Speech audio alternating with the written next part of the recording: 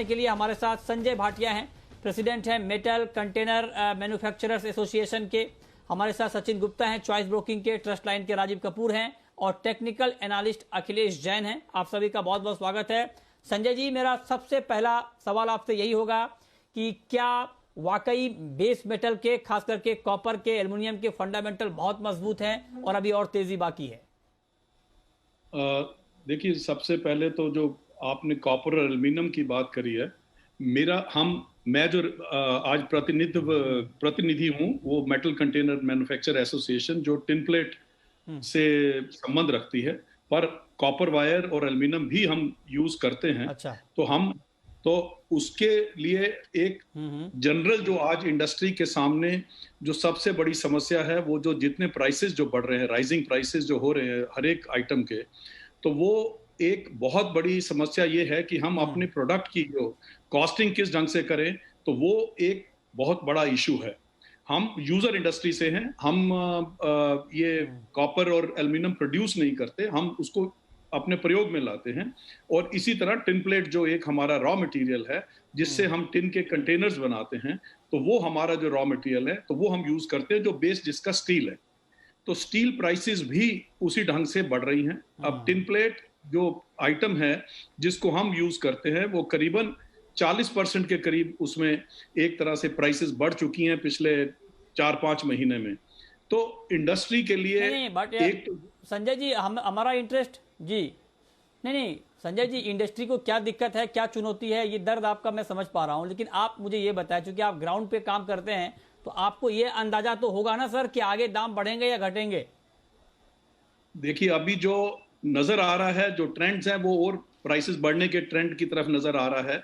और जो एक बहुत यूजर इंडस्ट्री के लिए बहुत दिक्कत की चीज है, वो प्राइस ट्रेंड्स तो ऊपर के ही नजर आ रहे हैं इंडिया में। कितनी तेजी आपको दिख रही है यहाँ से?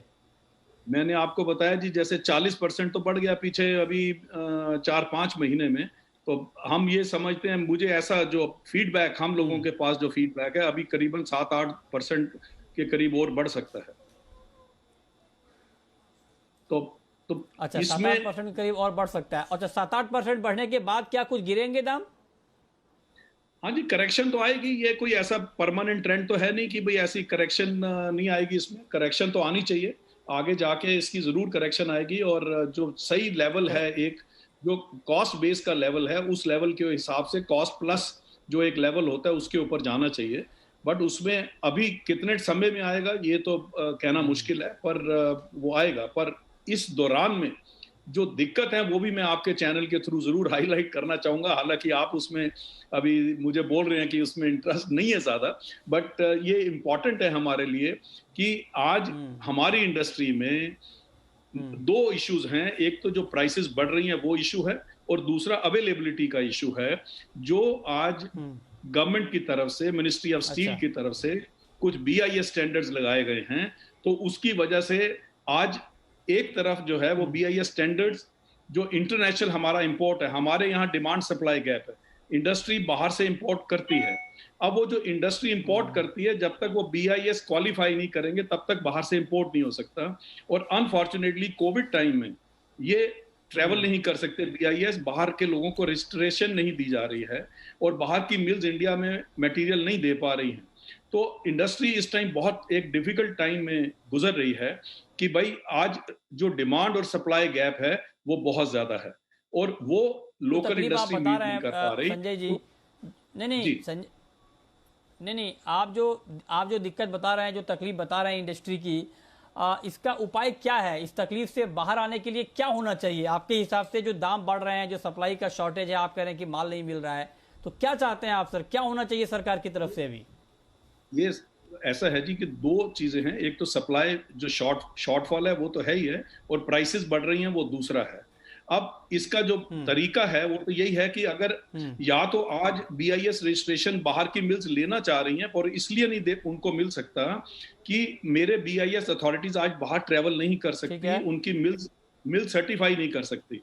तो मेरा ये है कि हमने गवर्नमेंट को ये कहा कि आप मार्च 2022 तक अभी इसको रिलैक्स करिए, जो उन्होंने सिर्फ 3 महीने के लिए किया है, जो अभी जुलाई तक किया है सिर्फ।